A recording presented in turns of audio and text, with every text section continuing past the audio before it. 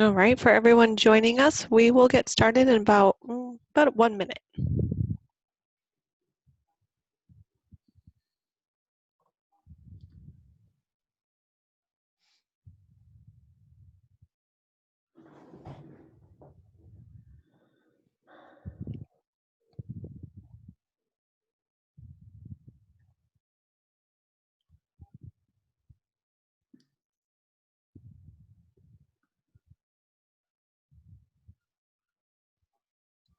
All right, looks like we have quite a few people on. We have a lot of information to cover today, so we will go ahead and get started. Before I hand it over to our presenters, just a few housekeeping announcements for you. All of the phone lines have been muted, so if you do have any questions, please feel free to use the Q&A box located on your menu bar, or you can use the chat feature. We'll do our best to answer all your questions during the webinar, but if we cannot answer them during, we will answer them offline. It'll take us about a few days to answer everyone. This webinar is not for CPE credit, so please enjoy the viewing, and we will have this recording posted to both of our websites, the Eide Bailly and the HMWC. So we will go ahead and turn this over now to Art and Scott and get started. Well, good morning, everyone. My name is Art Wiederman. I'm a partner at HMWC CPAs and Business Advisors in Tustin, California. We're about 15 minutes from Disneyland. And I'm here with Scott Haberman. Scott is a partner at Eide Bailly out of Fort Collins, Colorado, right? Correct. Got that right. And then we have with us also today Megan Mortimer, who is a congressional lobbyist for the American Dental Association. And first, I hope everybody had a really nice, hopefully relaxful Memorial Day weekend. Silly me, I thought I was going to actually get 3 days off, but then my friend Megan sends me an email. Did you send it Friday night or Saturday morning? I think Saturday morning at 6 a.m. or something. Yeah, so yeah, 6 a.m. I wake up, I go, I said, I said, silly me, why would I think that I would get a full weekend off? So we got 26 pages of SBA guidance. It's actually the first forgiveness interim guidance we've gotten, isn't it, Megan? I think that's the first. Yeah, I mean, they've given us trickle teasers and other interim guidance, but this is the first one that's dubbed just for loan forgiveness. But they gave us a lot of good stuff that we're going to go through with you today. And so let's go, Amy, to the next slide. So what we're going to do today is, number one, we're going to go through this new guidance. There are several things, many things that you need to be aware of as you're navigating through spending your paycheck protection money. We'll talk about that. We'll update the pending legislation. Megan's going to have some things that ADA is doing, maybe some updates on PPE and things like that. And then what I thought would be really good for today would be to talk about putting together a plan. Because folks, once this money runs out, whether it runs out in 8 weeks or they expand it to 12 or 16 or 24, and we'll talk about that in length today, you've got to make a plan. It's really important to make a plan. Scott, how important is it for everybody to make a plan after this money runs out? Because, we're not closing our dental offices again. Yeah, I think that's important to, obviously get together the short-term and the long-term goals, just like it was before the pandemic started. It's always important to cash flow plan with your business. So what Scott and I have done, which we'll see later in the presentation, is we've actually put together another spreadsheet that basically will help you put together a 6-month plan and give you some ways to think about how this is. When we started this, we put together a spreadsheet that just said, this is how we think this is going to work. This is how much money we think we're going to need to plan to, remember, we've been talking about building a war chest. Well, we're now 2+ months into this, and now we're talking about, okay, the PPP money is here. We've been spending it. Some of you have spent it religiously the way we've been talking about. And by the way, the rules have not changed yet, so you need to continue to do that till we say otherwise and the government says otherwise. But now it's time to start focusing on what do we do afterwards. So we're gonna hit that, and we'll have this spreadsheet available. Okay. So in the middle of the night on Friday, May 22nd, I guess, Scott, kind of the same way the Cleveland Browns moved to Baltimore about, 20 years ago, I guess. They came out with this guidance. And basically, it was 26 pages of guidance. And we're going to walk through the highlights. A lot of it we talked about last week, and a lot of it just reiterates what's in the forgiveness application, which, if they do change the rules, will have to be updated. So, first thing I noticed, Scott, was that the guidance said that banks can either use the form SBA Form 3508, which is the actual forgiveness form that we went through in great detail last week, or they can use their own equivalent form. Now, we don't have Dan on the phone. Dan couldn't make it today, but that's interesting. So I guess a bank could come up with their own form. So it's going to be really important, everybody, to probably, Scott, for them to kind of check with their banks. I mean, their banks might require different information, right? Yeah, I'm hoping that each bank will have a uniform application, but as we know from the applications for the loan, I don't think that's going to be the case unless they all come together with a cohesive application for forgiveness. But what I'd like to see is an online application to make it easy for folks, kind of walk them through step by step what each box means on the bank's website, to make it easy on all of our clients to seek the forgiveness. Well, and I suspect you and I will put our heads together before it's time to ask for the forgiveness. I want to make one more point about the forgiveness, folks. We've been getting some questions from clients about, well, my 8-week period is coming off. Should I apply for my forgiveness right away? And the answer is absolutely not. Because some of you are going to have your 8-week period is going to end. Could theoretically, I mean, they started this process on April 3rd. Now, not too many people got their money on April 3rd, but we have people that are coming up on their 8 weeks, have already maybe even hit their 8 weeks. If you've got your money on, April 10th or April 12th, you could be 6-7 weeks into this thing. But remember that there are important dates. June 30th is one. So you don't want to file for your forgiveness until, number one, we've gotten a June 30th, and that might be extended, or you don't want to file for your forgiveness until we've at least seen how some of these banks are going to do this and underwrite this. I mean, my son works for one of the major dental lenders, and I asked him, what are you doing now that it's kind of quiet? He says, we're still working on the deferments of loan payments that were requested 2.5 months ago to get all that paperwork done. So you can imagine how busy these underwriters are going to be. So that'll be interesting to see. And the SBA says they're going to issue rules on how they're going to review these applications that they're going to review. This is presumably for loans over $2 million. Again, they did come out with guidance last week and said, we don't have the troops to review every single piece of guidance. But as you'll see later, they say they have the right to. So anyway, next slide, Amy. Okay, so they told us some stuff about payroll costs, and they reiterated, Scott, maybe you talk about this for a little bit, the difference between paid or incurred, which I thought was very interesting. Maybe talk a little bit about that. Yeah. So they came out with the paid or incurred. Again, they had that same reference in the application that was released the weekend prior to this, especially for the non-payroll costs. But this is getting to the point of paid or incurred, which they do lay out some definitions and some examples in the guidance of when you can start that 56-day period using that alternate payroll period.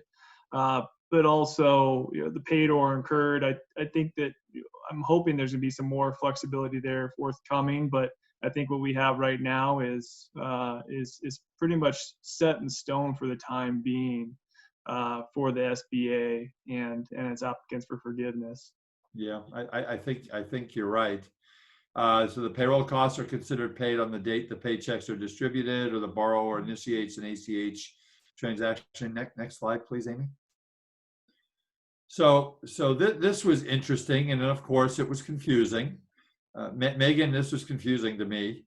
So they talked about paid or incurred. So if you pay a payroll cost, it's paid when it's paid. That's pretty easy, but they're incurred on the day that the pay is earned. Then they came out with this that I underlined here. For employees who are not performing work but are still on the borrower's payroll, i.e., what we told everybody to do. Your dental office is not open. Put everybody back on payroll. Payroll costs are incurred based on the schedule established by the borrower, typically each day that the employee would have performed work. Now, I actually made up a couple of bullet points here saying that, well, maybe that means that I can go back and pay 4 weeks of salary. But then Scott very aptly said, Art, let's talk about this a little bit. I don't think, and he's right, I don't think that the SBA wants people to go back if they haven't used this money for 4 weeks and just pay 4 weeks of payroll for people that have not worked or that were not on payroll. I don't think that's the intent, right, guys? Yeah, I think the intent of this one was really when the law first came out and the loans first started getting distributed, they wanted employers to put people back on payroll. And so if that meant them not performing any services, which means incurred, that I think the SBA right here is saying that this doesn't really matter, because we're going to say incurred means they're still on the payroll, and we're going to pay them for each day that the employee would have performed work. I don't think it's indicating that they're going to pay for the 4 weeks prior to here. Right. And the other thing is, if you do that, and we have gotten, Scott and Megan, I know that the three of us have gotten a lot of questions about this, about, well, can I just pay everybody when I open my dental office retroactively back to the day I got the money? It's a free country. You can do whatever you want, but that doesn't mean you're going to get forgiveness out of it, and doesn't mean the SBA is going to like it. I don't think that we've gotten a lot of questions about this. I don't think that's the spirit or the intent. And the other thing is, you could very well be causing problems for your employees, because if you did not have them on payroll for those 4 weeks and you suddenly give them 4 weeks of payroll, don't you think the state unemployment office is going to want to know about that? And don't you think that that's going to blow things up? Are they going to ask for, I mean, the state of California, Governor Newsom told us on TV the other day that they had to borrow $12 billion from the federal government to pay unemployment requests from the 5 million Californians, and we've got about 40 million people in this state who have applied. I mean, they don't have the money to pay these benefits. It's all borrowed. So I would say we need to be real careful with all of this. Next, okay, bonuses and hazard pay. This is a big one, guys. We've been asking about this, Scott and Megan, forever. Scott, why don't you go over this one? Yeah, so this is one that there wasn't any clarity on since we've been getting guidance every other week for the last 8 weeks, it seems. But I think there is that business case that we were assuming and telling our clients to keep in the back of their mind as an option to pay is, okay, you're bringing your employees back to work, and it's going to be a little bit more fuzzy about the work conditions for those first couple of weeks. Are our employees going to be excited to come back? Are they going to be nervous? And we were thinking, okay, well, there might be some kind of hazard pay incentive to get people back on payroll, or maybe a signing bonus to get them back on payroll, and that could be an option, but it wasn't black and white yet. And so with this guidance that was released is, if these bonuses and hazard pay for business reasons can be paid out to your employees, up to that annualized amount of $100,000. So for the 8-week period, as long as the hazard pay and bonus and regular salary combined is $15,385 or less, then that's okay, and that'll be applicable for forgiveness. So doctors, I know you're going to say, well, I'm as much in hazard as my employees are. Why can't I get a bonus? And the answer is you're going to get $15,385. I mean, I also want to be clear about something, because I've got a lot of doctors say, does that mean I can't take any other money out of my business? No, that's not true at all. It just means that when you take money out of your business, $15,385 of it is going to be deemed PPP money, and that's what's going to be forgiven. But yeah, I mean, I really think, let's go to the next slide, Amy. I think one thing to keep in mind, and this might be in the future slides, Art, but for those docs, and we always encourage doctors to pay themselves a reasonable compensation. As you know, that term is used in variety across the board with businesses, but for any of our clients that might have paid less than $100,000 to themselves in prior years, there is a catch with the rules where you are capped at the lesser of $15,385 or 8/52 of your 2019 compensation. So if you pay yourself $50,000 in 2019 on your salary, well, that $15,385 is cut in half, and that's the maximum amount that you could be using for your forgiveness application. So keep that in mind. Yeah, and that's exactly right. And I had one of my long-term, not one of my long-term clients. I have a lot of doctors that have known me for years. They'll call me every once in a while with a question here and there. I'm sure you got those too, Scott, having been in as long as we've been in this thing. And he says, I know years ago you told me that I should be paying myself salary, but not only don't I pay myself salary, but I don't pay any of my employees' salary. And I said, do you know what Russian roulette means?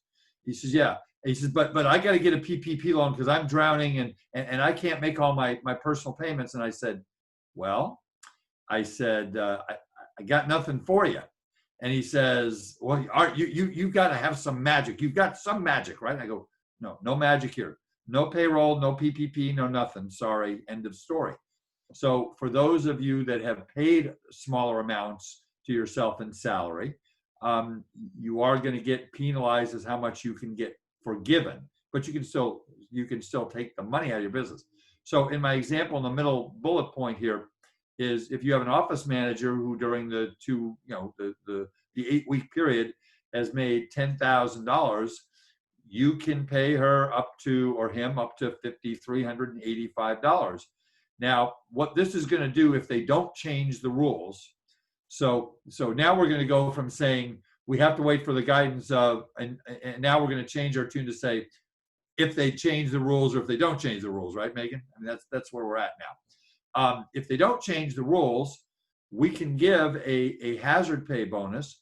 I would again be very careful. It's not in the text here, but if you're going to give different amounts of hazard pay or bonuses to your team, I check with a labor law attorney because you don't want to end up in a discrimination lawsuit and say, well, now wait a minute. Doctor, you gave the office manager, $5,385, but you only gave me $1,000. What's up with that? And that's something, again, anything like this, just check with your local labor law attorney. Scott and I can refer you to people in your state, in your area. I mean, Scott, Ida is all over the Western United States. So you've got references to labor law attorneys in probably every state in the Western United States, right? Yeah, and we do have an HR consulting professionals in-house here, but most of our clients do have an attorney on staff, or not on staff, but on call for them that they can reach out to, or another HR benefits company. Yeah. So, and then what this is going to do, this bonus, which is what we were hoping, is remember we've sent, many of you have gotten the PPP planning spreadsheet. That is helps you plan out your 75%. And if some of you were at like 71 or 72, this bonus provision is going to allow you to get over the 75. That's what this is going to allow you to do. But again, I'll say it again, it may change. So let's go to the next slide. Okay, so we got some guidance, and then the next one, please, Amy, retirement plans and health insurance. We got some guidance on sole proprietors, partnerships, LLCs, and independent contractors, which we kind of knew this, but this was pretty much slammed the door on this, is that, so for those of you that are independent contractors, so you're a single doctor working in multiple offices, presumably, or maybe you're only working in one office, sole proprietor dentist who has his or her own practice, partner in a partnership, members of an LLC. Again, in California, you can't practice as an LLC and be a dentist. In most other states, you can.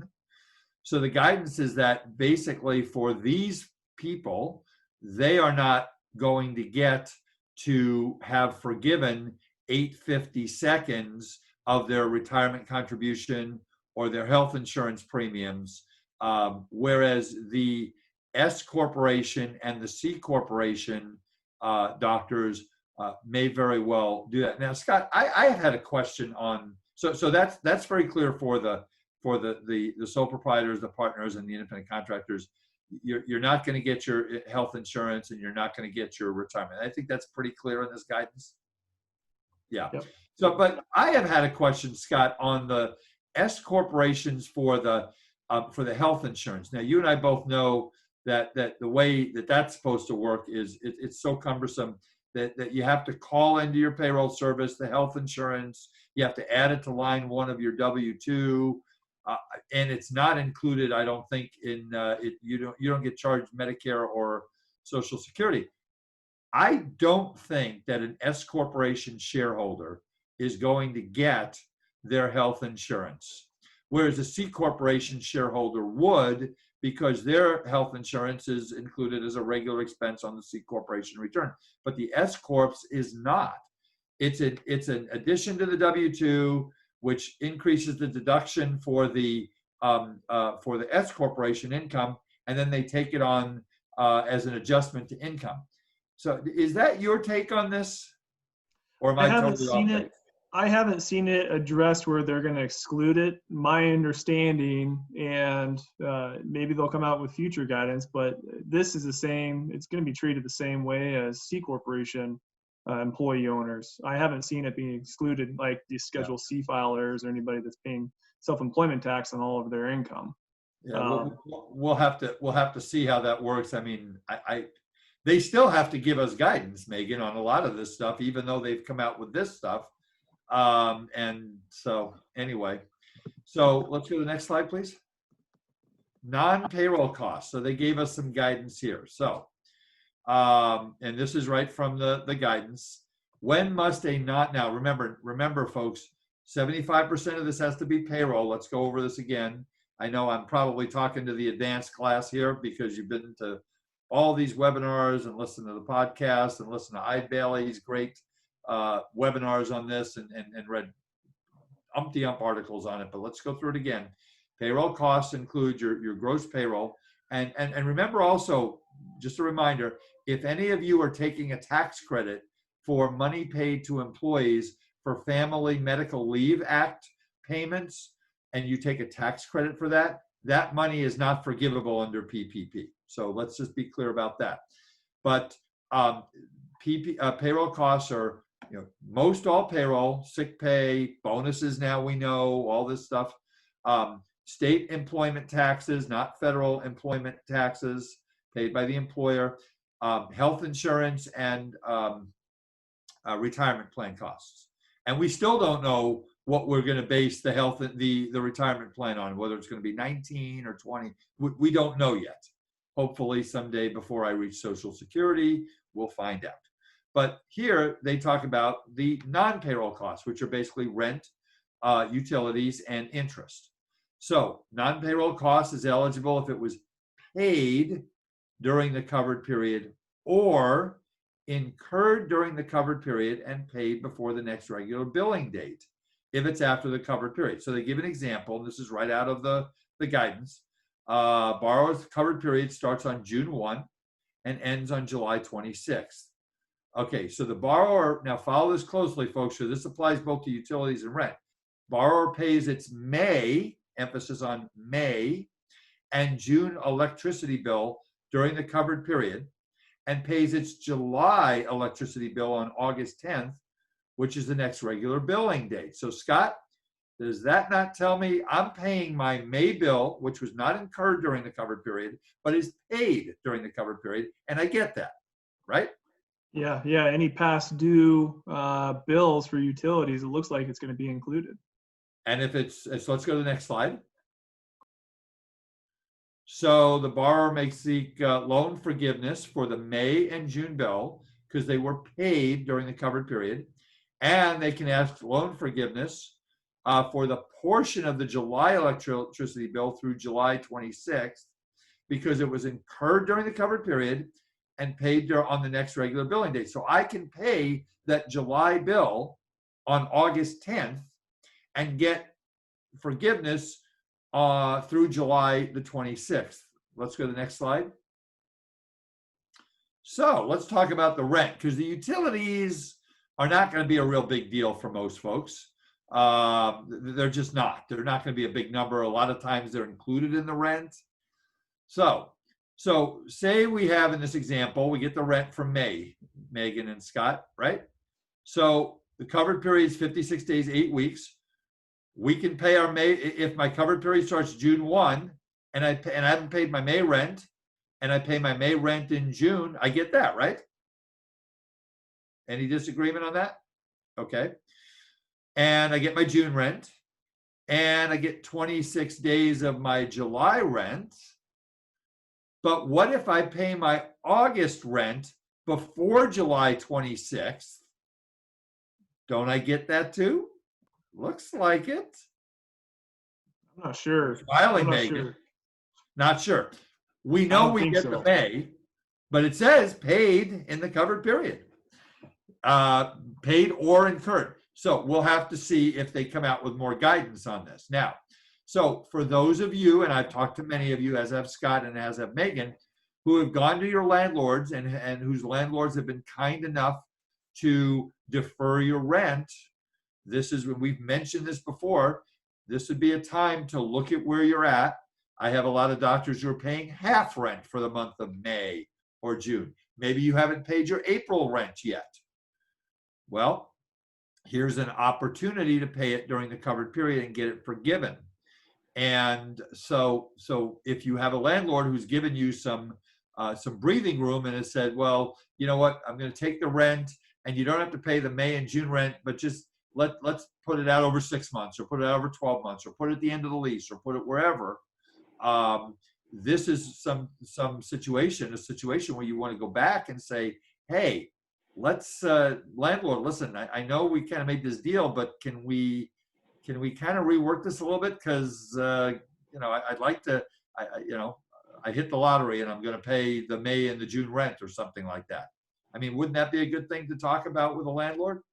Yeah, I also am with Scott in terms of like paying even further out for rent is probably not something that we would advise right now. Also, right. Most people would then go far beyond the 25% for operating expenditures, I would think. So really take advantage of this extra month that we think that you can get, the 26 days up until, but paying August and September rent under this, I really feel that wouldn't qualify for loan forgiveness.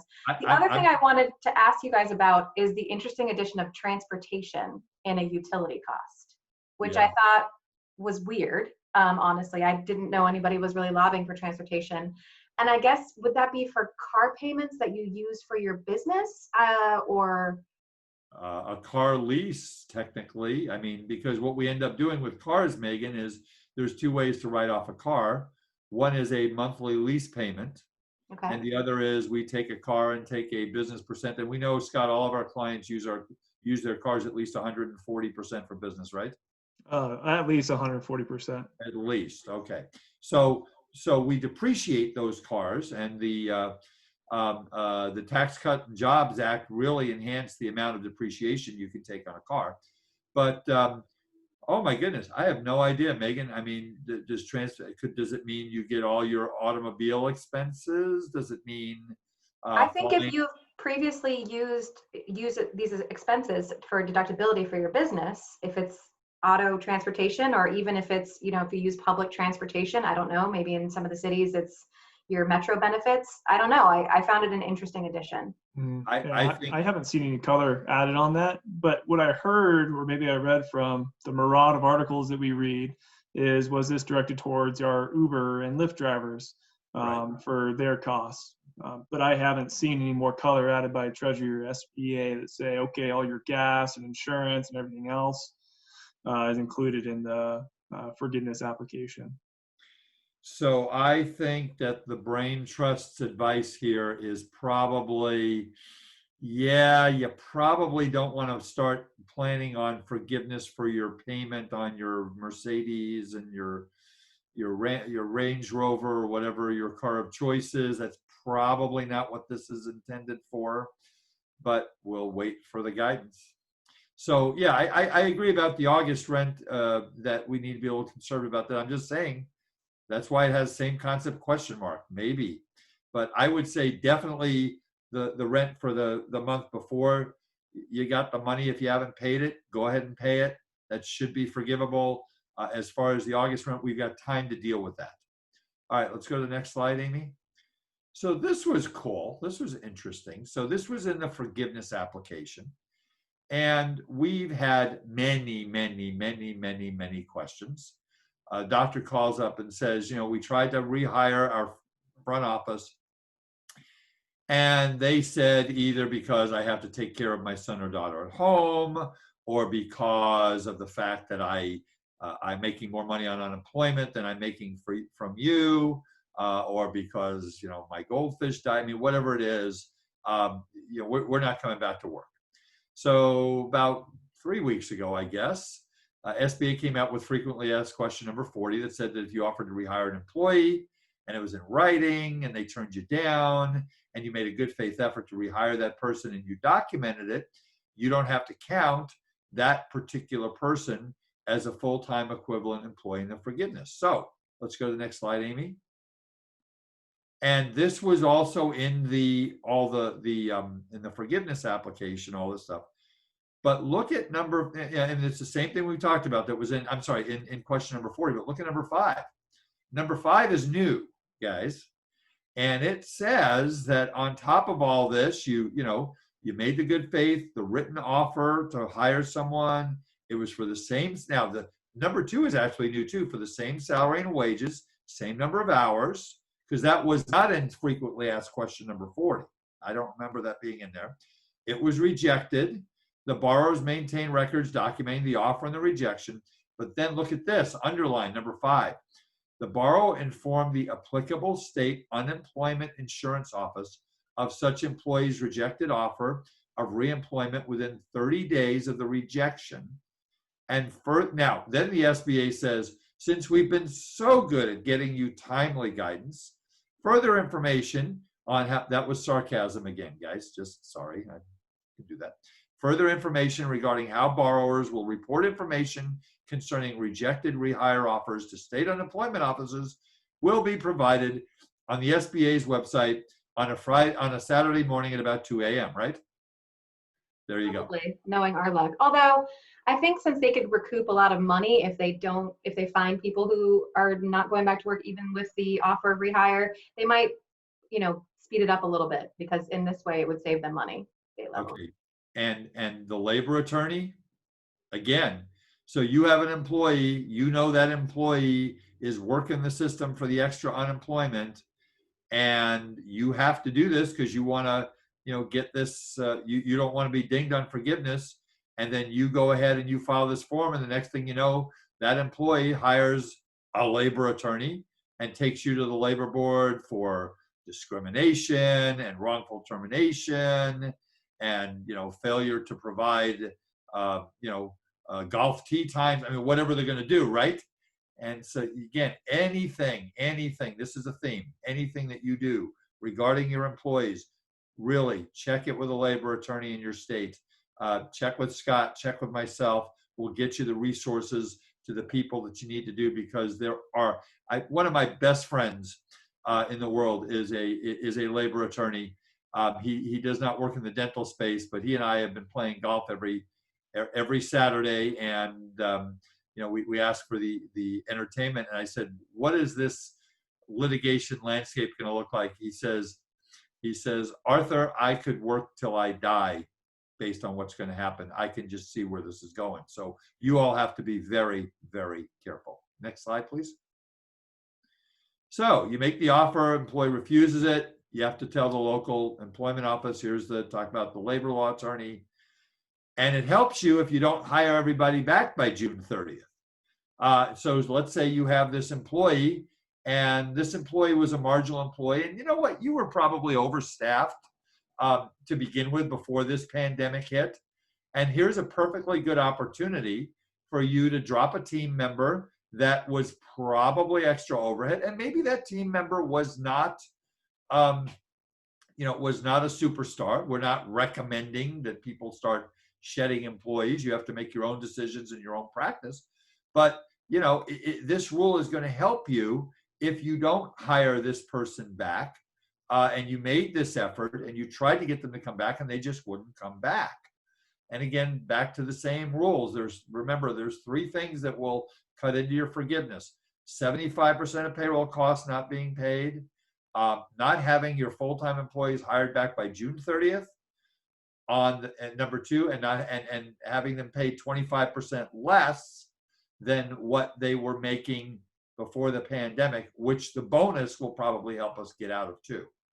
So, this is interesting, folks, is that if you have somebody, if you're not careful, it could cost you some forgiveness. So we need to be talking about this. Next slide. Okay, so this is where you get your Advil and your Tylenol, because it took me about 4 times to read this one. So this was new in the guidance, I think, guys. So you have your employer reduces hours during the covered period, but you keep the salary at the same wage. This rule just says you're not going to get dinged both on the 25% reduction and the full-time equivalent. So here's the example. If I had and this is right from the guidance. So I had an hourly wage employee who was working 40 hours a week. During the reference period, they were a 1.0. And we understand, again, doctors, that most of your employees are not working 40 hours, but this is from the SBA guidance. And borrower reduces employee to 20 hours a week. So now they're a 0.5. But their hourly wage did not change. So they're only going to get dinged on the FTE. Okay? They're not going to get dinged on the salary reduction portion of this. Did I get that right? I think that's what this is saying. So if you reduce their salary by more than 25%, or you reduce their hourly wage and you cut their hours, then you're going to get dinged twice. So that's what this rule is saying. So everybody take a 5-second break, take your Advil, swallow it down with water, and we'll move on. Next, okay, loan forgiveness. All right, here's a new one, kind of, sort of. So we have an employee that got fired for cause. Voluntarily resigned, just said, I'm not coming back to a dental office again, I'm going to go do something else. Or wants a scheduled reduction for whatever reason. The guidance says that I can count that employee at the same level, whether they were a 1.0 or a 0.5, or if I'm not using the simplified method, if they work 30 hours a week, they're a 0.75, that they were before the pandemic. So the guidance talked about the fact that the CARES Act, Megan and Scott, was silent on this.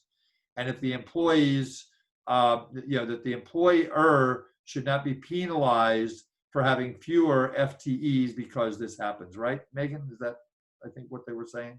Yeah, it looks like kind of the same deal as if the employee doesn't want to come back to work, you're not going to be affected. So same deal here, where if the employee is fired for cause, then that's not going to go against your forgiveness application. I mean, I'm assuming, Megan, there have been people in government that have been talking to the people that are writing the SBA regs and are saying, this is what's happening in small business. They're telling them all these stories, right? Yeah, I mean, Treasury looks outside of itself and Congress for outside stakeholders to weigh in, whether or not they admit it publicly who they're talking to. There's a number of small business, trade associations that represent all of these different companies that I'm sure Mnuchin and others have been in consultation with. Yeah. Okay. All right. So let's go to the next slide. And this is just the guidance here. And it talks about, will the borrower's loan forgiveness amount be reduced if an employee is fired for cause? And it goes right down there and says, no, it won't be. You can count the employee at the same full-time equivalency level. And the fact is that depending on how your office is doing and what your plans are, you may hire another person to replace that person. and in which case you won't get penalized anyway. And remember, folks, you don't have to have the same people working on June 30th that you had working on February 15th. They don't have to be the same. They could be different people. So that's important to remember here. So the government is giving you flexibility here, understanding that your dental team could very likely look different on, when you open your office than when it was before this happened. So let's go to the next slide. And maybe just to jump in, Art. So they still haven't addressed, and I'm hoping that they will, or maybe won't, but say your office manager doesn't come back and your spouse comes in to help you, is there going to be any kind of guidance that you're not going to be allowed to pay related parties, what they're called, the terminology, under family attribution rules? Are you allowed to pay family members and have that eligible for forgiveness? We haven't seen any guidance on that yet. And I've had a lot of questions in that area. Yeah, and it was interesting, Scott, after the webinar that we did last week, I had a consultation with a new client in Orange County who, and this is a little more on the figuring out your full-time equivalents and the simplified method. And he said, well, Art, I had 5, and this is a little off topic, but I wanted to bring it up as it popped into my head. I had 5 hygienists all working 1 day a week. And now when I open my office, I'm only going to have 2 or 3 working more days. That's just how it's working out. Well, that person is probably going to want to use the actual method as opposed to the simplified method. So the bottom line is, when you go to do your forgiveness application, obviously, Scott and I and our teams are available to help you with these calculations. And you really want to talk this through, before you do things. And I want to emphasize again, folks, I used to have, my very good friend, investment advisor, has always used the term, don't let the tax tail wag the investment dog, meaning don't make a business decision because you're going to get a tax write-off. Do not make a business decision because you might get a little more forgiveness in your loan. Make a business decision in your business because it's best for your business going forward. And the fact if you get extra forgiveness or a little less is really just a consequence. It doesn't matter. That's what we're thinking here. I don't know if they switched. Amy, can you go to the next slide just for a second, and then we might go back? No, I'm sorry, go forward.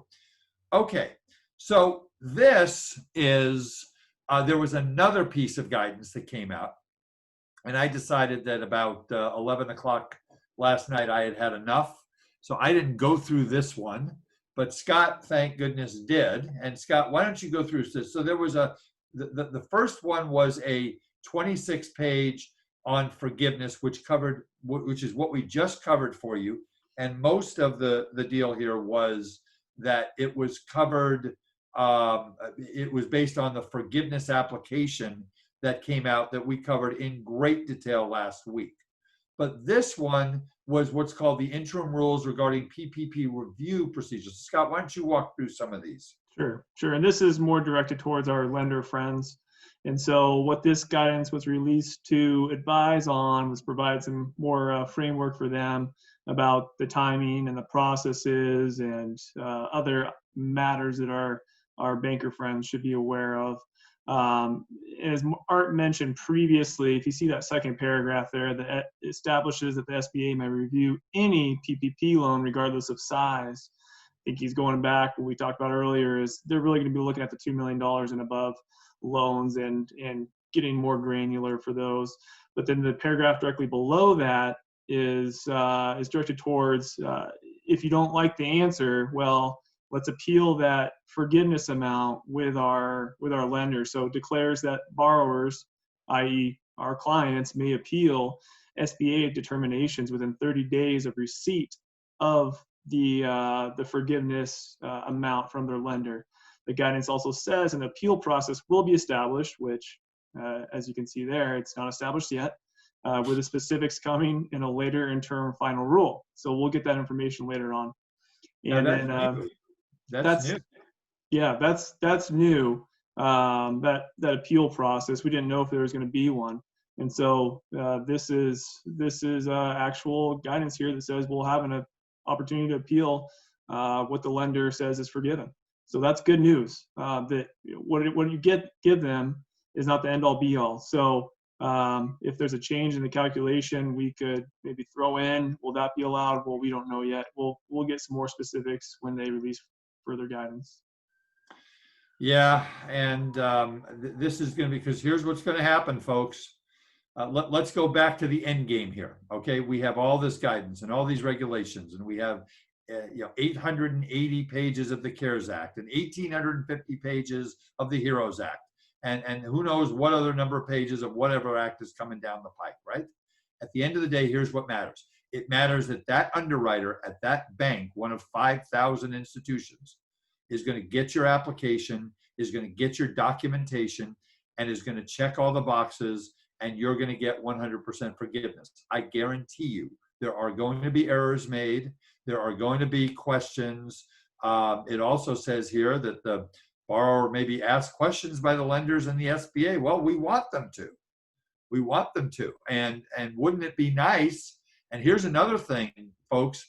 Again, we're not trying to do anything illegal or fattening here, but if you know the lender and it's a local bank in your area, maybe, I don't know, Megan, if it would be unreasonable to say, listen, if you're not seeing full forgiveness, could you call and ask us these questions that you're allowed to ask? Please, if there's something wrong, let us know. And before you make a final determination, we have to go through an appeals process that we don't know what it's going to be. And again, 30 days from receipt of your final determination from the lender. But that's why having everything tied up in a nice bow. And again, Scott, we haven't even gotten to this yet. On the one hand, when I saw some of these new rules, which we'll talk about here in a minute, these new proposals, I said, boy, that's great. That's going to put this out past July 15th. And on the other hand, I said, no, that just means this goes on until I reach Social Security age. But, we'll see. We want this to be right for the doctors and to help them to recover from what has gone on here in this country. Okay, let's go to the next slide. Conclusion. Next slide. All right, so here's a little riddle. Early to bed, early to rise, spend PPP money in the 8 weeks for payroll, rent, interest, and utilities, and what is left after June 30 can be used to advertise. So here's what I'm thinking on this one. If you don't think this is funny, this was written by Tony Nitti in Forbes magazine yesterday. If you think it was funny, it was written by Scott and I, right, Scott? That's how that works. So, Right. So we don't lose either way. Again, Tony is, if there, and there's many of you on this call, and by the way, I want to commend the dentists, our clients, Scott. We've gotten some of our doctors, and Megan too, have really gotten into this, have really tried to follow the guidance and follow the rules. It would be like, Scott, you and I and Megan trying to do a full mouth reconstruction that they've gone to Coyce or Spears or Pankey to do. Us trying to do that. They're trying to do this, and kudos to all of you out there who are really trying to follow these rules and really trying to follow the law and really trying to get your forgiveness, which they're offering you. So it's, we've gotten a lot of really good questions, haven't we? We've gotten some bad ones, but we've gotten a lot of really good ones too. All right, next slide. Okay, so sorry to do this to you guys, but this could all become moot in the next couple of weeks. Megan's going, no, it's not going to be moot. We didn't waste our time for the last 2 months. I want my 2 months back. So Megan, maybe talk a little bit about the House of Representatives. Came out, Congressman Roy, and who was the Chip Roy from Texas and Dean Phillips from Minnesota, so a Republican and a Democrat. Right. So they came out with this, the Payroll Protection Flexibility Act. Now, this is one that is going to be voted on either tomorrow or Thursday. Okay. So now and remember, it is only 3 pages. Yeah, it's short. It's 3 pages. So, but it had a lot of stuff in it. It would expand the covered period to 24 weeks. That would take many of you through the end of the year. Would eliminate the 75% rule. That would be huge. That's a big one, Megan, from the restaurant industry, isn't it? Yeah, most of them can't bring their employees back because they're not going to be doing service as usual. So they really need it for rent and other operating expenses if they're going to be doing mostly takeout, et cetera. I mean, I for the first time last night, my wife Lynn and I went out, and they had you could have dined in, but we had sand all over us from the beach and stuff. So they had the parking lot set up with tables distanced. So you would go up to a little tent, and you would order your food and drink, and then they would call you and you would bring it out. But these restaurants, I was talking to the folks at this restaurant, and they said, I don't know how you make it with 50%. So they're not going to be able to hire all their people back. There's no way. Would expand the payback period from 2 to 5 years. As you know, right now, anything that's not forgiven is a 2-year loan. Megan, you've been talking about this for several weeks. It's now a 5-year loan. Mm-hmm. Scott, the payroll tax deferment, that could be a lot. Talk about that for a second. Yeah, so the payroll tax deferment, that was released with the initial CARES Act, where you could defer the payroll taxes 50% until 2021 and then 50% to 2022. So that would be a big deal where you could use this benefit that was released as part of the CARES Act while using the PPP loan, because if you're taking out a PPP loan, you can't do the payroll tax deferral or the employee retention credit, which you may have heard about previously. So there's 2 benefits there that you might get one of them depending on this legislation. So Megan, there's nothing in any of this legislation that I saw that says anything about, other than the HEROES Act, that talks about the employee retention tax credit. I didn't see anything. No, and there wasn't anything in there either about clarifying that any expenses that you pay for with PPP can still be deducted at the end of the year, because as you know, IRS came out with that faulty rule. We expect that because that can be an IRS reversal, that it doesn't need congressional action, and we're hopeful that it'll be coming soon. The employee retention tax credit was interesting to me as well. I figured that would be included in here. I know it's in other proposals. So there's an ability for people to file amendments for this bill too. We are pushing for a couple of amendments that I can get into in a minute when we're done. Yeah. Megan's going to talk a little bit about what ADA is doing to help all of you. And then the last thing is it would extend the date that you would meet the safe harbor for having the same number of FTEs and restoring employee salaries and hourly rates. Remember, folks, 3 things that cut your forgiveness is the 75% rule, and that on June 30th, the safe harbor is having the same number of FTEs as you had on February 15th, and restoring everybody's salary and hourly wage to what it was on February 15th. Those are the safe harbors. So basically, this proposal pretty much, I mean, I'm not going to say it guarantees if you do things right 100% forgiveness, but it's really going to help people. It really is. And so let's go to the next slide. So yeah, again, most dental offices are now opening and they're not bringing back revenues. Other businesses, restaurants are going to be at 25 to 50%. Congress is thinking that it's going to take until the end of the year for American business to be able to hire back all their workers. I guess it depends on the industry and the profession. I personally think dentistry is going to come back faster. We'll talk about that here in a little bit than some of the other industries out there, entertainment, transportation, the airline industry. I don't know how that's going to work. But anyway, fortunately, dental offices are starting to open again. So I think the government is really realizing now that they didn't realize back in February and March when they were writing this legislation that 8 weeks is just not enough. It's just not going to happen, period. All right, next slide. So now, and again, Megan, you'll have to help me. You're smiling here. This is Senator Rubios' bill. Mm-hmm. There were 4 senators on this one, right? Yes, 4 original senators, along with him, bipartisan again. Right. So this would extend the deadline to apply for a PPP loan to December 31, if I read this right. Yep. Whereas right now, guys, if there's anybody on this call that has not applied, you have at the moment about 5 weeks to apply because it's done at June 30th. Senator Rubio's been talking about 16 weeks for the past week or two, I think. So that's what's in here.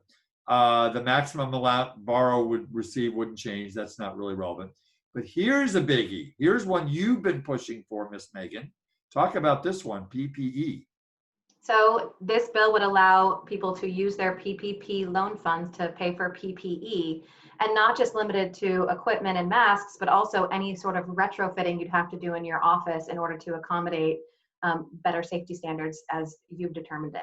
And it would be CDC guidelines. I mean, they would have to justify it with CDC saying that these were appropriate PPE, but I imagine it will be somewhat flexible.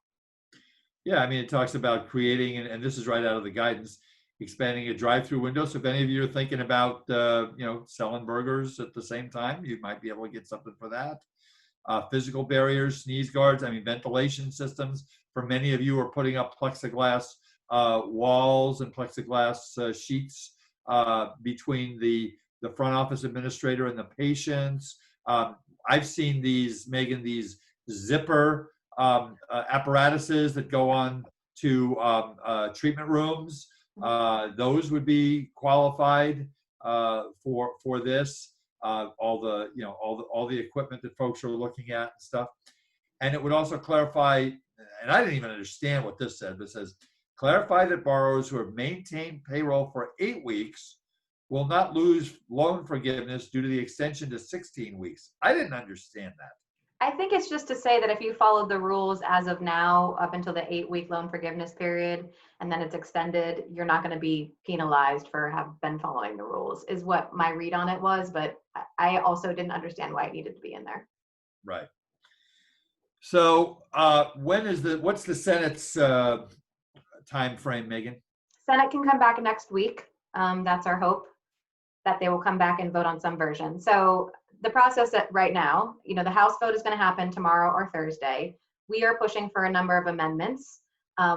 Again, since the House bill did not include this PPP for PPE, we did ask the House sponsors to change that.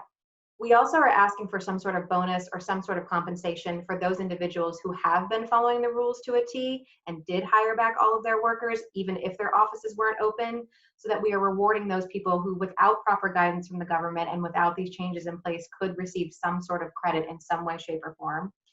And we are also asking for 501c6s. This is our state associations, local societies, the smaller trade associations for medical specialties, to also be able to apply for these loans, because they're hurting and they provide a lot of value to our members especially. So those are a couple of the things that we are continuing to fight for. And in the Rubio bill, we would want to see the 75-25 flexibility. And again, we'd want to see the 501c6s. So our hope is House votes, maybe with some of our amendments. The Senate can either decide to take that bill up, maybe provide some amendments themselves, and then send it back, because they're all aware that the clock is ticking. This 8-week period is going to end for many of our borrowers in the next couple of weeks. And so if this becomes law after that 8-week period ends, it's really going to be complicated for the borrowing process. So we're hopeful. This is the first bipartisan, smaller piece of legislation that has come out of this whole process. It's regular order and business as usual, and so we'd like to see more activity like this. So we're hopeful to pass the House for sure, maybe with some of our amendments, and that the Senate will take action next week.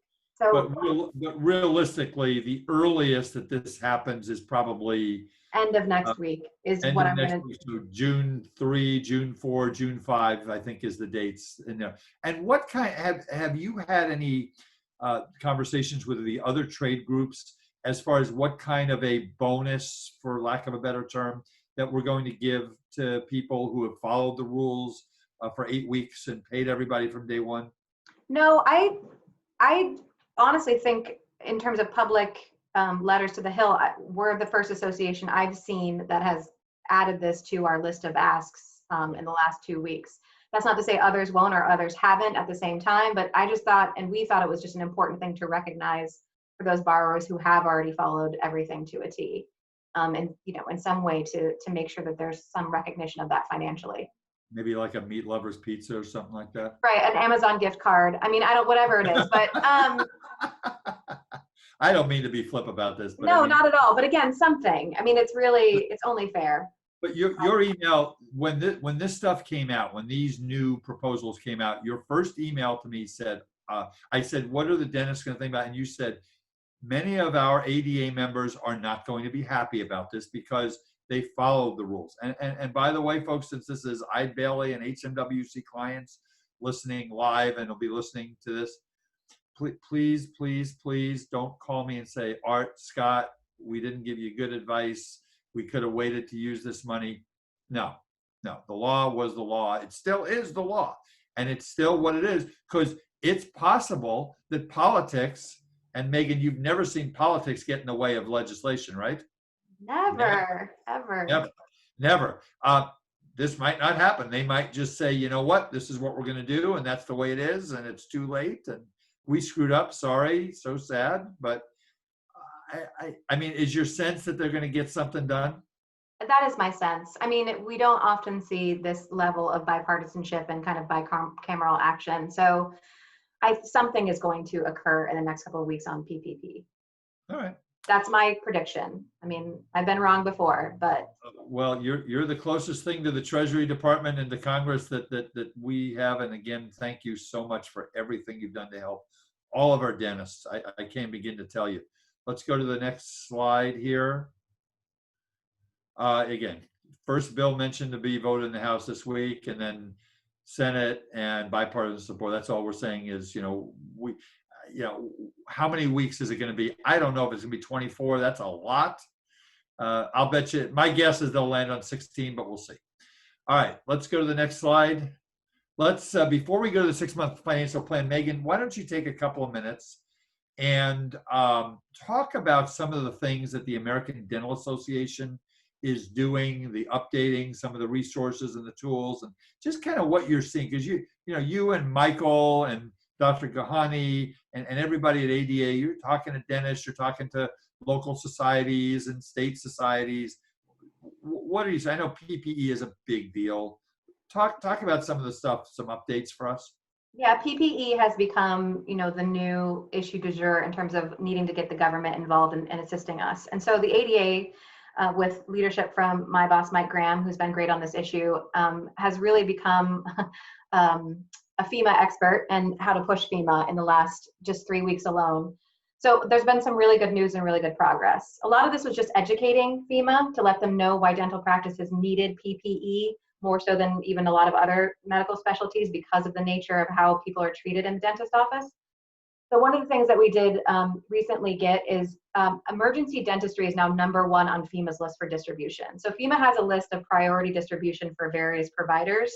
And before, dentistry wasn't even listed. And now, because we've educated FEMA on how important it is, distribution for emergency dental procedures is now #1. So for those areas that haven't opened up and are still doing emergency procedures only, this is especially beneficial for those areas. All other dental care wasn't really on their list or radar, and now is #4 on the list. So regular dental care will now be prioritized above other medical specialties, again, because FEMA has now been educated about how people are treated in dental offices. One big thing is there'll be 350,000 KN95 masks heading to a distribution center in Illinois because the ADA is going to be responsible for distributing the $350,000 amount of masks.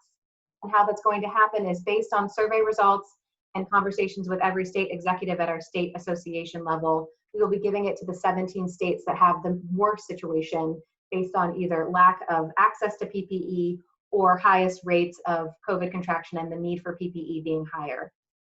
And then we will receive, the ADA will receive another 1 million masks over the coming weeks, and we'll be distributing it to the rest of the state associations as needed.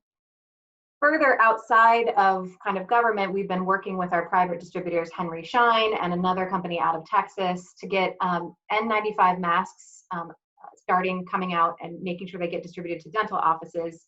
We've made the agreement that Henry Schein and this other company out of Texas will make sure that 2 million masks per month are allotted just for dental offices in the distribution supply chain. So that starts June 9th. So that's been huge. PPE is now something that we feel we need to see how it unfolds, and we're glad that ADA is going to be, responsible for distributing some of those masks, because we think that, it helps to have kind of a subject matter expert and the person with all those relationships to distribute the masks. So that's where we are with PPE. Let me jump in for one second. I have not called them here in California, but one of my a very, very reputable consultant, Michael Perry, great guy. He used to work for the Dentist Services Company. We have a company called the Dentist Services Company here in California. I'm sure you know them.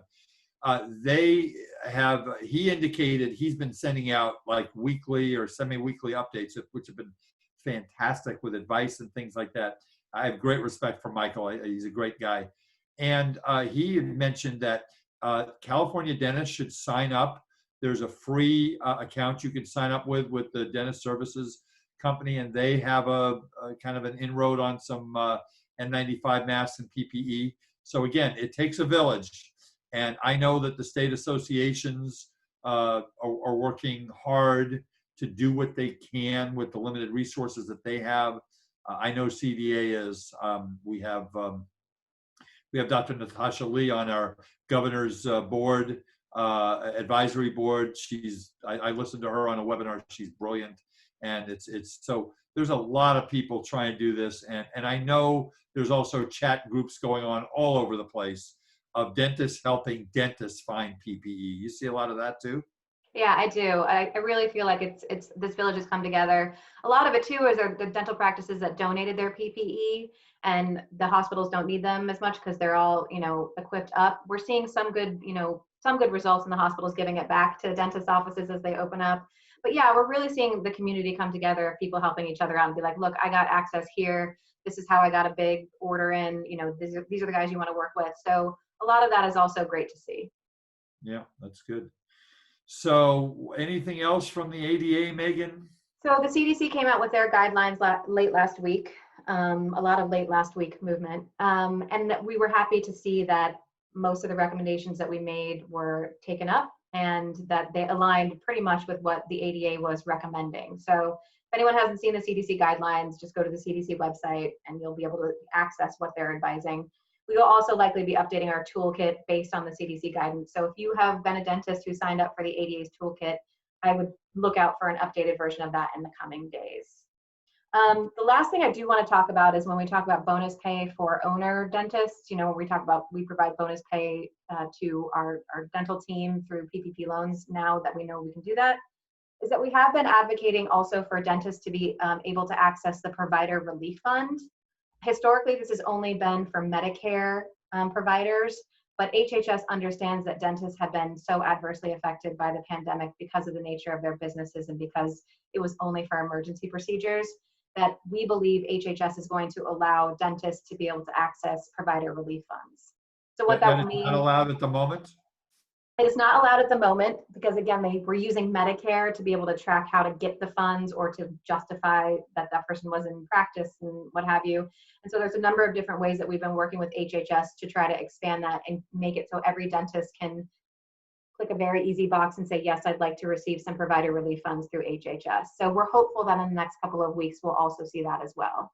Is there a dollar amount, a limit on that? No, and that's something that they need to figure out, right? How are they going to figure out that dollar amount? I just want people to be aware that we are working that, and we are in conversations with HHS almost every day on trying to find the right formula and the right distribution way. But it's just one thing that I want everyone to be aware of, and ADA will be doing a big communications push out on it once that's allowable for dentists. And check your local government agencies, your state, your city, your county. I know here in Orange County, they came out with I think it was a $100 million or $50 million, I haven't looked at it in a couple of days, fund to help small business owners. So look at your state, your local counties and things like that. And there you go. Is that your reporter update for the day? That is my report. There you go. Okay, so let's take the last 20 minutes that we have here. See, Scott, I was all worried we wouldn't have enough to talk about, right? You shot for an hour. Silly me. All right, so folks, this is really important because as your financial advisors, we want you to be successful. We want you to plan. I know right now your head is exploding. You're opening your office. You've opened your office. You're thinking about it. You have to practice differently than you've ever practiced in your entire career. It's not the most fun time in your career, but we need to make a plan to make sure that financially we can get through to down the road. And I think we all believe that once there's a vaccine, and there's lots of, I mean, we're all watching TV, there's a lot of hope that a vaccine is coming, maybe not by the end of the year, but maybe shortly thereafter. We hope, we'll see, but we need to get through, because failure is not an option. That's what we keep saying.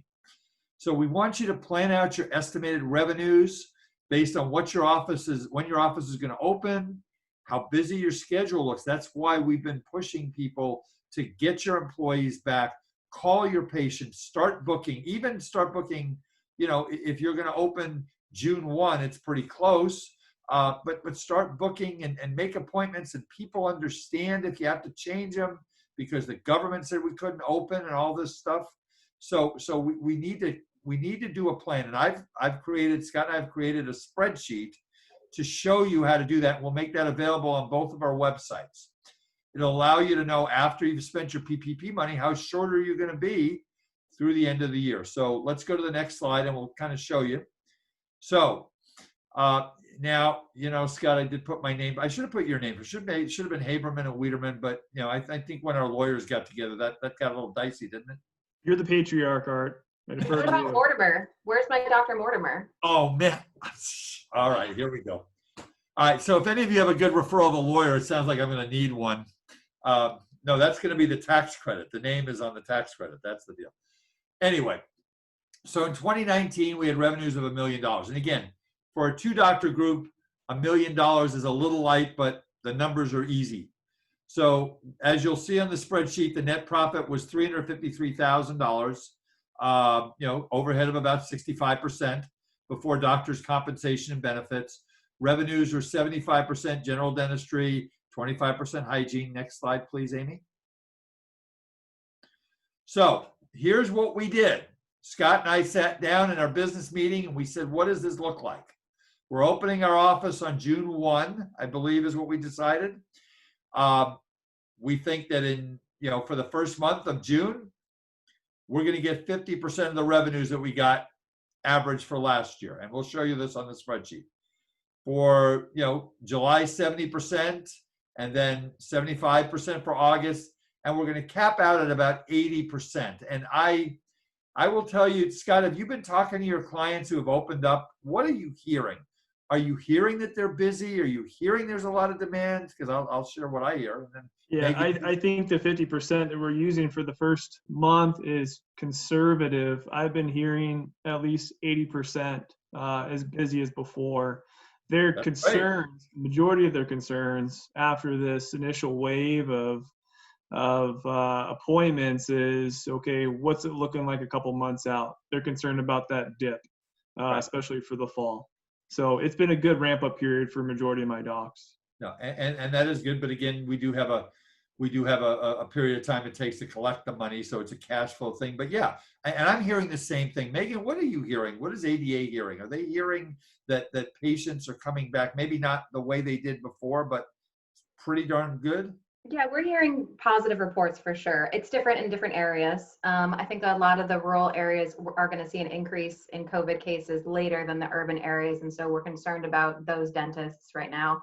But yeah, we're hearing a lot of positive. The anecdotal funny story that I saw was that because of masks and people wearing masks, people are noticing that their breath stinks more and are therefore making more dental appointments than they had previously. So that's the one benefit to the mask wearing for the dental profession is all of a sudden everyone's like, oh, goodness, I didn't realize it was this bad. So I thought that was a funny side story. What a brilliant marketing deal. There you go. All right, so we brought we got our PPP money on May 15th. We're spending the remainder of it from June 1 to July 15th, which is about, and again, I didn't go exactly 8 weeks. I just did it a simple example. We brought our entire dental team back because Megan said we had to by May 15th, right? That's why I have no friends, Megan, because I pick on people. We cut our 10% of our minor operating expenses, which you'll see here shortly. So at the end of the day, let's go ahead and Amy, put up the spreadsheet, if you would, please. I'll take a second. I think that you're going to find that your cash flow needs are not going to be as bad. So here we go. So what I did is, if you look at column B, you can see what did 2019 look like. So I did 750 in general dentistry, 250 in hygiene, $1 million total. And just going through the percentages. And Scott and I have been teaching this forever. You know, front and back office is about 18 to 20% of production, so that's 200,000. Hygiene is usually about, you know, in this case I made it 40% of the hygiene production. We usually say 33 to 40% is a good range. Payroll taxes are 8% of the payroll. I put in $1,500 a month for health insurance. I put in 8% for lab costs. That's usually 6 to 9%. I put in 6.5% for dental supplies. Probably should have beefed that up a little bit to add PPE to that, but I didn't. I just want to get the example across. $5,000 a month in rent, $20,000 advertising. Folks, do not cut your advertising budget. The number one mistake I see business owners make, and I've seen it for my whole career, is in the time that you need to advertise when your business is down, that's when you need to spend that money. Not when things are going great. Now is the time, oh, I got to cut my advertising budget, I don't have the money. So in this example, as you can see, right at the bottom there, profit of 353, and then in the column C is monthly. So what I did was, and this is, oh, by the way, we'll make this available on both Eide Bailly's, if I want to post it, and on HMWC's website under the COVID pages. So in June, column D, 50%. So in June, and this is the plan that I want you to be thinking about making, folks, in June, we're getting half of our general dentistry and half of our hygiene. Again, we may produce more, and I'm hearing the same thing. I'm hearing a lot of pent-up demand here, bad breath, the whole thing, right? So there you go. So, but in June, I also am going to be able to use $30,000 of my PPP money. So in June, I'm going to have, I'm not going to be as bad off. My monthly profit on the average in 19 was about $29,417. In June, it's $24,500. In July, maybe I'll be at 70% of revenues from last year. And I'm going to use half of my PPP money because I'll be at the end of my 8 weeks. So then I'm at 23,000. So I'm not looking so bad right now if I can get that capacity up. Then I go to August, I have no more PPP money, September, October, November, and I cap at 80%, and you can see the profit is down. So Amy, if you would scroll down just a little bit. So if you look at line 28 there, folks, my profit in column J is $107,000 for 6 months, as compared to last year, which is column K, which is $176,500. So my profit is down, and the formula works that if you see on line 42 for 6 months, my profit's down by $68,500. Okay, and remember that's owner's comp. That's all coming out of your pocket, doctors. But I get $23,000. Scott and I each get to take about $11,000 of PPP money in the 6 weeks, and it's paying some of our rent and all this stuff. So my projected shortfall, I'm going to say only $45,000. But I will tell you this, folks, if I got a PPP loan and I was able to get through 2020, and this only goes through November, if I could get through 2020, have them pay my payroll for 8 weeks, pay my rent for 8 weeks, and I could get through this 45,000 in the hole. I don't know, Scott, how did that make you feel? That's probably not the worst result in the world. Yeah, for all of the trauma over the last couple months, I think it's a bad result, but still, I think that's a lesser than what we were expecting at the very beginning. So are your clients talking to you, Scott, about what do I do after this? Are they all a lot focused on the forgiveness part? What are you hearing? Well, I think right now it's really forgiveness and how do I be the most efficient right now in my practice. But then going forward, it's okay. Well, my concern is potential another wave of COVID. That's a concern. How do we plan for that? But then absent that, it's really let's get back to tax planning. Let's get back to business. And I want to be more efficient going forward. I want to cash flow plan better. And I want to make sure things are tied up tight. Yeah, and this is a tool, and I'll tell you what, folks, this is actually the time to spend money. It's the time to spend money on advertising and marketing, and it's the time to spend money with a dental coach. And I'm not a dental management consultant. Scott is not. We're CPAs. We know enough about dentistry to get a quasi certificate in consulting. But the fact of the matter is, this is the time. If you've ever needed to hire a dental coach, ever, now is the time, because if I can get that thing up and running and I can provide additional services, because you know what I'm hearing is we're giving an extra 10 or 15 minutes for hygiene appointments, because what's going to happen is, and this is real life, every one of your patients, or the vast majority of them, they're going to want to tell you their story about COVID-19. They're going to want to tell you about, they have a friend, they have a cousin, they have a relative, they have somebody who's been affected by this. This is how my family's been affected. And you can't sit there and go, oh, I'm really losing money here while you're telling me about the story that I heard from the last 5 patients, the same thing. You can't do that. You need to listen to everybody and give them the time and the caring, which is going to solidify your relationships with people and stuff. So this is why making this plan for the next 6 months is really important. Scott can do this for you, for all, Scott and all the great CPAs at Eide Bailly, and again, just what a fantastic firm we're merging with. I can't say enough about them. They're just got resources that I'm learning about, new things every single day, what the ADA has with their toolkit. There's lots of resources out there.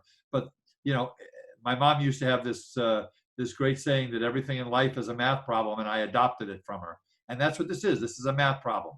We got to get through. If you have gotten an EIDL loan and you need 45 grand, you're good to go. You're absolutely good to go. But 45,000, I would hope for most of you, whether it comes from a line of credit or I don't want to go to the pension plan, but if I have to do that, I'll do that. I don't want to go to the equity in the house, but we're not going to let this business fail. And I don't want to be laying people off, Scott, Megan, if we've got a good demand and we want to be positive and show that the community that we're open, right? Yeah. So this is the type of thing that we want you to be thinking about doing is go back up again to Amy, if you would, on this spreadsheet. So if you look at line, clarify, just so people aren't confused. So the PPP loan isn't technically revenue, which you'll have to pay tax on. So this is just more so a cash flow planning exercise. Yeah, it's literally how much money if we do what we think. And basically, when you do this, doctors, do not do this in a bubble. Sit down with your office administrators and your whole team and plan and say, guys, what is it looking like? What does the book look like? How much uncompleted treatment plan work do we have? If you're not working with a metrics program that tells you how much you have, you should be doing that. How can we get revenues up as quickly as possible? You're in business. There is nothing wrong with saying that. Absolutely nothing wrong with saying that. But the thing about a dental practice, which is different from, like, Scott, a manufacturing business or a retail business, is that in a dental practice, you have very little what's called variable overhead. So the only real variable overhead is going to be my lab and my supplies. So as you can see, your lab and supplies, as your revenues are down, your lab and supplies go down. So in the example, the overhead drops, but only by about $30,000, because we're going to keep all the employees on. We're going to keep, we're not going to change our rent. Our supplies and lab are going to drop a little bit. If you own a CAD CAM, Cerac E4D, Planmeca, that's going to be even lower. But your costs are going to drop. But it's really important to figure out where you're at, because you've got personal bills you have to pay. Again, the good news is that your tax liability is going to drop. Scott, let's real quick remind people that if they owe money on their taxes, your team and my team are working feverishly on tax returns. We got about a month and a half. So it's kind of March 1st right now, or February 25th. where we're doing tax returns. So if you owe money on taxes, that money is due for 2019 on or before July 15th. And if you're unincorporated, your first and second estimated tax payments are due, both of them on July 15th. If you ask Scott and I, well, how much are my taxes going to go down because of all this? We're going to say, really? You think we have a clue? When are you opening your dental office? Oh, next week. Well, we'll tell you after a little bit, but it is going to drop. And if you make this plan, like in this particular plan, for the next 6 months, my profit is going to be down. It's going to be down about $65,000. But remember, out of that $65,000, $45,000 included in there is revenue that is not going to be taxable to you. And we think these expenses will ultimately be deductible, but that's not done yet. So you have to plan out where you're going to be and what your plan is, whether you're going to make, if you've extended your return, Scott. If we have people that have extended or planning on funding their 2019 pension, if they can't do that, they're not going to get a holiday from paying their an additional tax for 19, right? Mm-hmm. Correct. So unfortunately, as much as we don't want to deal with taxes, this is important for you, all of you, to call your Eide Bailly advisor. Again, I want to do a great shout out to my dear friends, Pam Chamberlain, Don Watson, and Sam William, and our entire team back in Tustin, or around Orange County, I guess. We're not quite back in the office yet, who have been fielding all of these questions and trying to go through all of these rules that we've been going through. So anyway, I got 3 minutes, right, Amy? Amy is not there, but that's No, okay. I'm here. Yes, Oh. 3 minutes. 3 minutes, and we have to end at 12:30? Yes, you can go a few minutes over if you need to. Okay. So Scott, any thoughts about this for your clients, or just any thoughts for your clients, your Eide Bailly clients in the Western United States you want to share? Yeah, I think one of the considerations for those Q1 and Q2 payments for 2020, there are a lot of different safe harbors. It's not just 110% of prior year, which I think a lot of you folks are probably used to. There's other ways you can true up your tax liabilities to the IRS or your state, either via withholding or maybe you do an annualized approach of when you earn the income. So just know there's some flexibility there for your estimated payments. And I'll tell you what, I think, I mean, again, this is just me trying to be hopeful, is the underpayment, by not paying your quarterlies on time, you're not going to, tax prison or anything like that. You're going to pay an underpayment of estimated tax penalty, which for most of you is probably under $1,000, I would think, Scott, given the number of returns you and I have done in our lives. Yeah, the rates are pretty low. It's a very low short-term financing equivalent. I think it's between 3% and 4% or so these days. Could be going down too with the interest rates decreasing. The IRS always adjusts those each quarter, so it might be a cheap financing option to not pay your estimated payments. And I would not be surprised if the Internal Revenue Service, maybe at the end of the year, comes out with some sort of a 2020 rule that maybe suspends or modifies the underpayment penalty, because again, we got an election coming up. So anything that they can do to get us in their good favor, Republican or Democrat, they're probably going to do, especially as we get closer to November the 3rd. Megan, any final comments? Thank you so much for your great contributions to all these webinars, and for what you and Michael are doing, and what everybody at the ADA is doing. They don't see everything that you guys are doing, but any final comments? Just that we're here. Don't hesitate to reach out to me directly. I field a lot of direct questions from dentists. I'm helping people, try to parse down why their EIDL loan hasn't been received. We will do whatever we can to help, and let us know what issues you're dealing with. Again, you guys are on the front lines, and if there's something that hasn't been addressed that you think the ADA is not doing, please let us know, and we will look into what we can do on your behalf. Yeah, I mean, they have just been so incredibly forthcoming and helpful, and Megan and Scott and I and Alan Schiff, the president of our Academy of Dental CPA group, we've been emailing constantly. about this and that, and the other thing, 6 a.m. on Memorial Day weekend, Megan. So, well, you didn't put that out and stuff. I told you that was going to happen. I told you. You did. So, well, anyway, folks, I want everybody to stay strong. Get your dental offices open. Get that coach in there to help you with verbal skills, because the key is going to be connecting with your patients. And it's not going to be about getting that, those 6 crowns that you planned on doing on Mrs. Smith done on this first visit. It's almost like you're buying a brand new practice and you're starting with a bunch of new patients almost, if you think about it. And, we want to show caring. We want to show hope and trust, and remind your patients how dentists change lives. They don't just fix teeth. All disease starts in the mouth. They save lives. You've saved lives. All of you have saved lives. And remember what your position in life is. It's one of the most important jobs in America, as far as I'm concerned. And we want to make sure that we show our patients love and caring and hope. They're looking for hope, because a lot of them are, quite frankly, not as fortunate as we are or as you are. So, again, failure is not an option, folks. Let's get back to work.